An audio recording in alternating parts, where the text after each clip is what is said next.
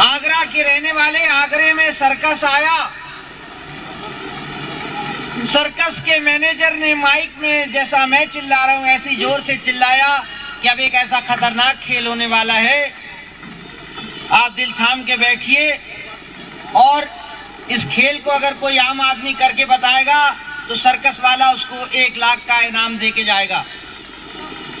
एक खूबसूरत सी लड़की आई, उसने अपने होठों पे लिपस्टिक लगाया और शेर के पिंजरे से शेर आया, उसने उसकी लिपस्टिक चाटी और चला गया। मैनेजर चिल्लाया, है कोई बहादुर जो इस खेल को दिखलाएगा? हौलदार जी हाजिर थे, एकदम जंगले से कूद के आए। मैनेजर ने कहा लिपस्टिक लगाइए। बोले नहीं जी, मैं तो शेर का काम करूंगा। ये तो दिमाग की बात ना रही है। रोटी बेल रही है, छोटा सा बच्चा आके सामने खड़ा हुआ। माँ का भी ध्यान बच्चे की तरफ नहीं किया। माँ बेलते बेलते जैसी बच्चे की तरफ देखा, बच्चे को देखने के बाद बच्चे का जो एक्शन था वो सिर्फ इतना सा था, आजा आजा, राजा भी है नाराज है, आ जल्दी जल्दी आ जाओ। क्या हो गया, आओ ना। बोलो क्या बात? आटे में हाथ, आटा गंदे हाथ, आटा नहीं। बोलो क्या? हम भी ऐसे करेंगे। अभी नहीं, शादी के बाद करना है। अभी नहीं है, अभी नहीं। ये आटे की लोई लो, जाओ दादाजी के पास, दादा बहुत अच्छी कहानी सुनाएंगे, जल्दी जाओ। छोटा सा बच्चा जब दादाजी के सामने पहुंचा तो दादाजी की परिभाषा के नायक की नजर में ये है, जो शख्स 4-6 महीने पुराना अखबार उठा के पढ़े, समझ लो दादा, उनको डेट से कोई मतलब नहीं रहती। ऐसा अखबार अधिक का बात, भुट्टो को फिर से फांसी हो गई।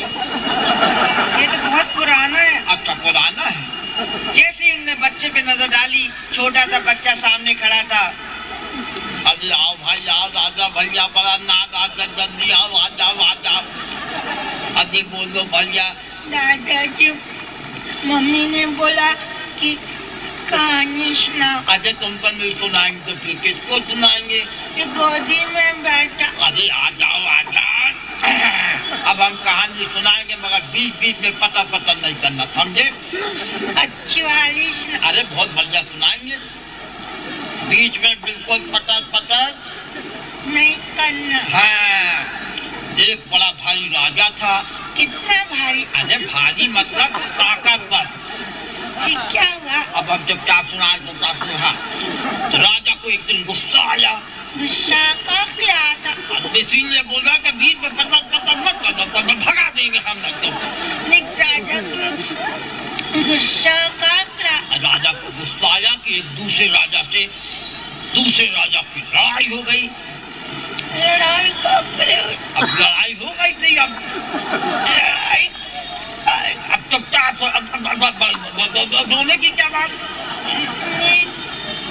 दादी मम्मी पापा भी लड़ते। अब तुमने कब देखा?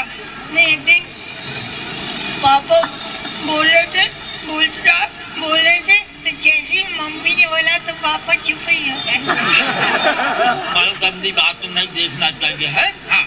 फिर क्या हुआ? फिर राजा ने निकाली तलवार। तलवार क्या है? तलवार जिससे मारते हैं तो कट जाता है। सब्जी काट? अरे सब्जी नहीं, गर्दन कटती है। मम्मी ने तो कभी नहीं काट। अब तो हम भगा देते, तुम तो परेशान मत करो, तुम तो पास सुनो। हाँ। फिर क्या हुआ?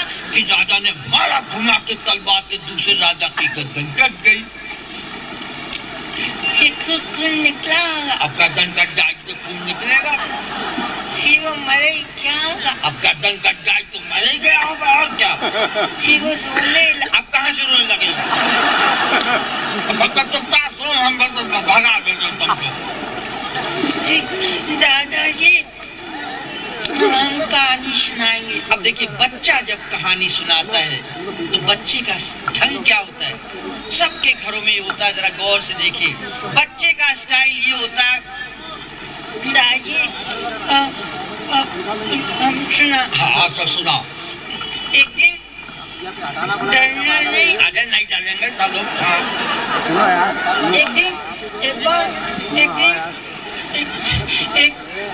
तो आगे तो बोलो यार। एक बड़ा भाई राजा था। अच्छा हमारा राजा था तो तुम्हारा भी राजा? नहीं, ये हमारा वाला। अच्छा तुम्हारा वाला। फिर राजा जा रहा था तो हम भी जा रहे थे। और फिर स्कूल में टीचर ने फिर राजा को नील डाउन करा दिया। अच्छा फिर पापा आए। हैं?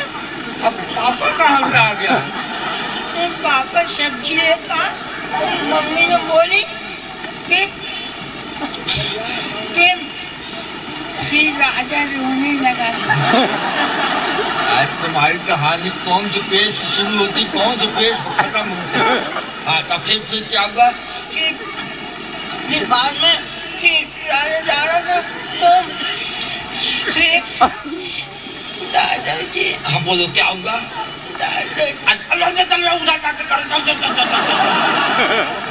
ये माफ करना, आप सोच रहे होंगे मैं ये घूंघट जैसा क्यों कर रहा हूँ। आजकल के सीरियलों का ये असर है, खास तौर से अगर कोई महिलाएं बैठी हो तो वो भी देखें सुने अच्छे से। आजकल के सीरियलों ने ये नौबत ला दी है कि बड़े बुजुर्ग आजकल यूं घर में रहने लगे हैं। एक दोस्त ने बगल में पूछा, उनके हम उम्र थे, अजय गजा प्रसाद क्या बात आज ऐसे सर ढके घूंघट? बोले क्या बताएं भैया, जमाना बदल गया है, ऐसे ऐसे सीरियल आते हैं कि बेहतर इज्जत अपनी बचा लो, खुद ही घूंघट लगा लो, बहू कब सट से चली आए। हाँ ये बात तो सही है। हमारी बहू तो और गजब करती है, पहले हम खांसते थे तो वो घूंघट लगाती थी, अब वो खांसती है तो हमको लगाना पड़ता।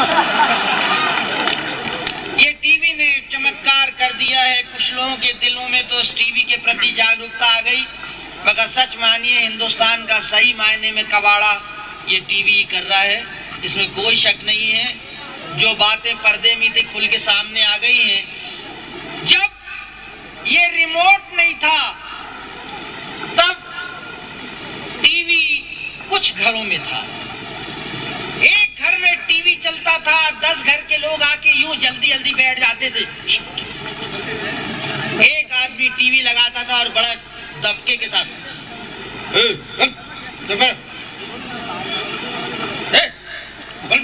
लगा रहा है, हल्ला मत कर। 10-15 मिनट में तो ट्रेन होता था, टीवी पकड़ता था। अब कोई बीच में तो आया, उसको भगा यार, कल से मत बुला, आया। अभी आया नहीं तो परेशान लगता बड़ी मुश्किल से। उस जमाने में चित्रहारी सबसे अच्छा कार्यक्रम कहलाता था। अब तो 100 चैनल आ गए हैं और आदमी इतना स्वतंत्र हो गया कि उसके बाप का तो कुछ जाता ही नहीं। प्रोड्यूसर से पूछो कि 1 मिनट की रिकॉर्डिंग को कितना परिश्रम, कितना पैसा लगता है। यहाँ तो फिल्म चल रही सामने, कोई फर्क ही नहीं पड़ रहा। तो आज और कल में इतना ही फर्क था। अब जब से ये रिमोट आ गया है, आदमी अपंग सा हो गया, ऐसे बैठ के लगाता है, फिर लेटता जाता है, फिर पूरा लेट जाता है, एक झपका भी ले लेता है। अगर पीछे से लुगाई बोले चलो बच्चा अगर पीछे से पापा कार्टून बैठवा, ये इतना अलाल। अगर लुगाई कहती भी है खाना खा लो ना चल के, ले लो, वो भी खाना खाने भी उठ के नहीं जाता जो अपने घरों में। तो आप लोग तो बहुत धन्य हैं, आप लोगों की दिल से तारीफ करता हूं जो आप उस सारी व्यवस्था को तोड़ के इस कार्यक्रम को सुनने के लिए आए हैं। क्योंकि आजकल लाइव प्रोग्राम इसी तरह खतरे में चले गए हैं, मगर दर्शक जो होता है वो कलाकार का भगवान होता है। तो मैं अपने भगवान को प्रणाम करता हूं और अच्छी बात करने की चेष्टा कर रहा हूं। एक मायके से ससुराल तक का वाकया पेश कर रहा हूं। हर नौजवान के मौलिक रचनाएं हैं हमारी कि उसका ब्याह हो, उसकी शादी हो, और सबसे बड़ी उमंग उसके दिल में होती है कि बारात जाए मगर प्राइवेट बस से जाए। उसके आगे बड़ा भारी बैनर लगाओ, सफेद कपड़े में नीले रंग से लिखा हो मैरिज पार्टी। जैसे ही बस भागे, बैनर फड़फड़ाए, दूल्हे राजा की सही हालत बतलाए। बाप बूढ़ा है, शादी के कार्ड में नाम लिख रहा है। वैसे तो अच्छे से अच्छी चंचल लड़की भी शादी के नाम से घबरा जाती है, शर्मा जाती है। किसी सहेली ने कब टोक के पूछा, क्यों गौरी फालतू बात नहीं करता हूँ।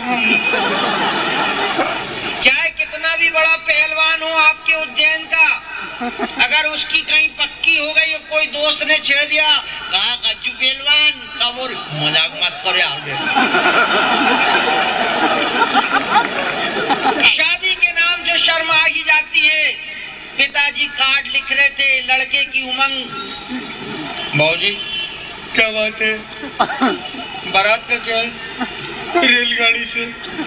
अरे यार दुनिया भर की बारात बस से गया, अभी तो मुकेश की बारात में भी बस से गया, और वो दुबे जी की लड़के जैन साहब की उसमें बस से गया यार दिमाग में। फिर ठीक है आप ही कर लो, हमको नहीं करना।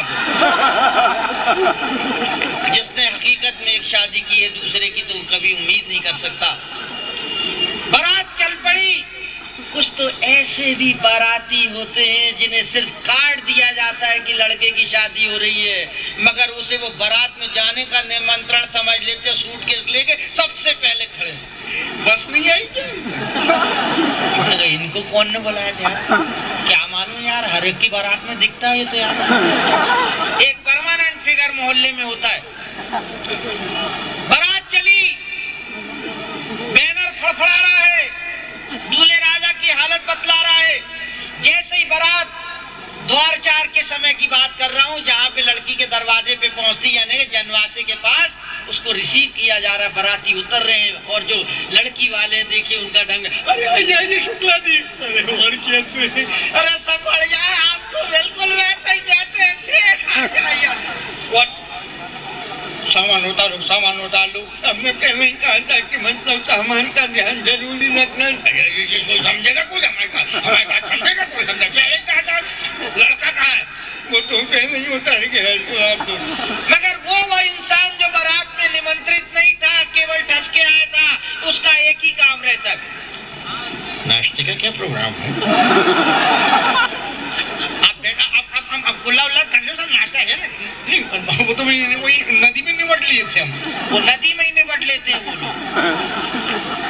जनवासा, जहाँ पर बुजुर्गों के लिए कमरा, जवानों के लिए कमरा, महिलाओं के लिए कमरा, छोटे बच्चों महिलाओं के साथ सबकी व्यवस्था अलग अलग है। मगर आजकल लोग शादी में जाते हैं, शादी में उमंग कम होती है। एक ही काम नौजवानों का होता है, दरवाजा बंद करो, चल भाई चल, तुम लोग चल बाहर कर यार, बंद करो जल्दी, गड्डी निकालो। सुबह से शाम एक ही काम।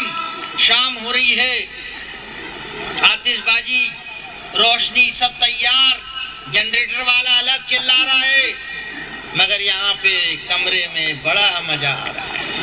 किसी ने बुजुर्गों का, अब लड़का तैयार किया, उनके दोस्त सब बैठे यार दिमाग, इसीलिए हमें वो लेके नहीं याद, हमने पहले ही मारा। काम कर उनको सूरज बुलाओ, वो बैठे हुए। अरे हमने पहले ही मना करना था, इन लोग को लाने की जरूरत नहीं है। मतलब वो लड़का यानी आया है और तुम लोगों को सुबह से यहीं लगी।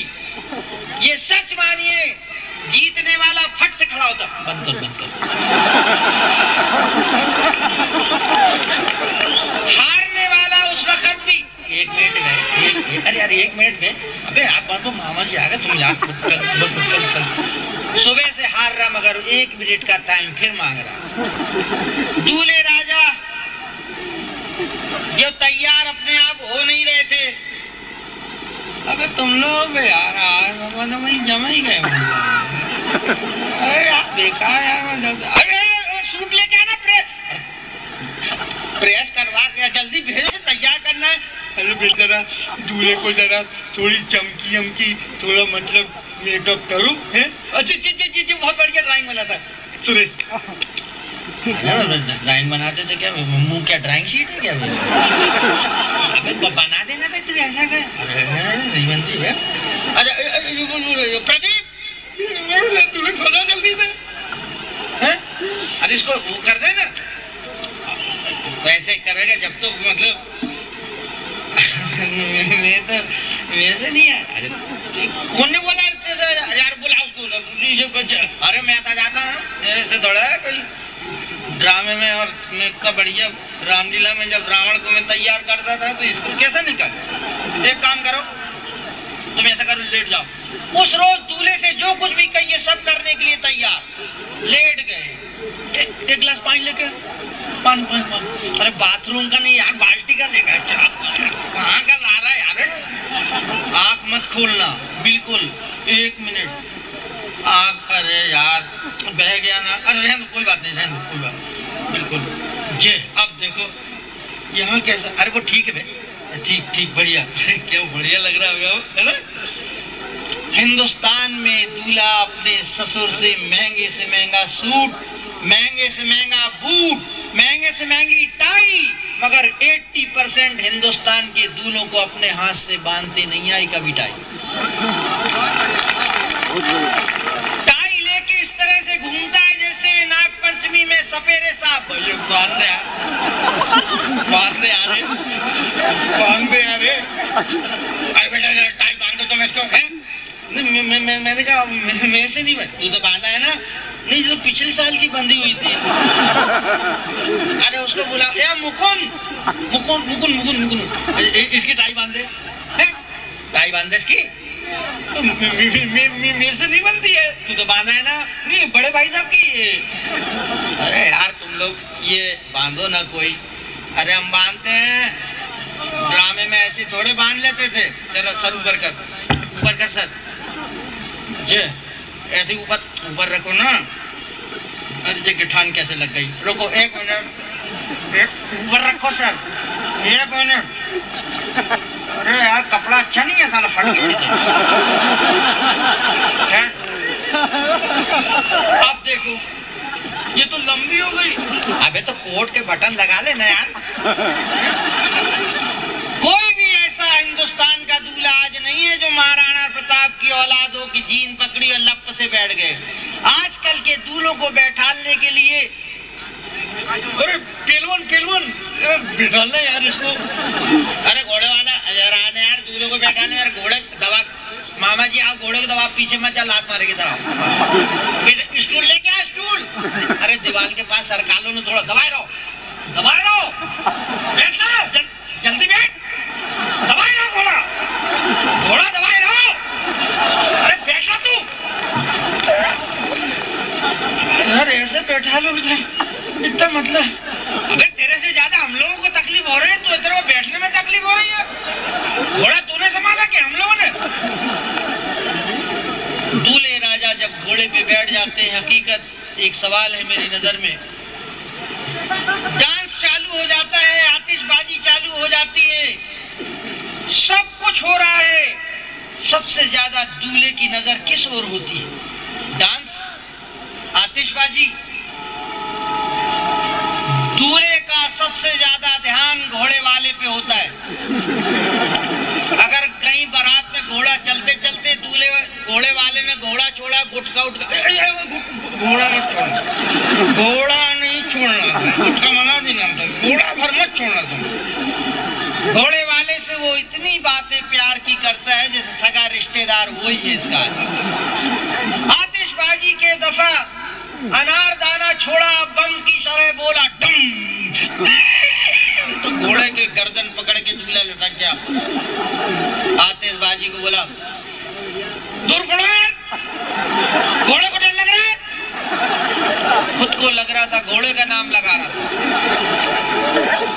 बारात में परंपरा अभी भी हमारे मध्य प्रदेश में, उत्तर भारत में है। जब बारात आती है तो बारात का सम्मान हम लोग करते हैं। बाराती की पहचान तब होती है जब उसके गले में माला पड़ जाती है।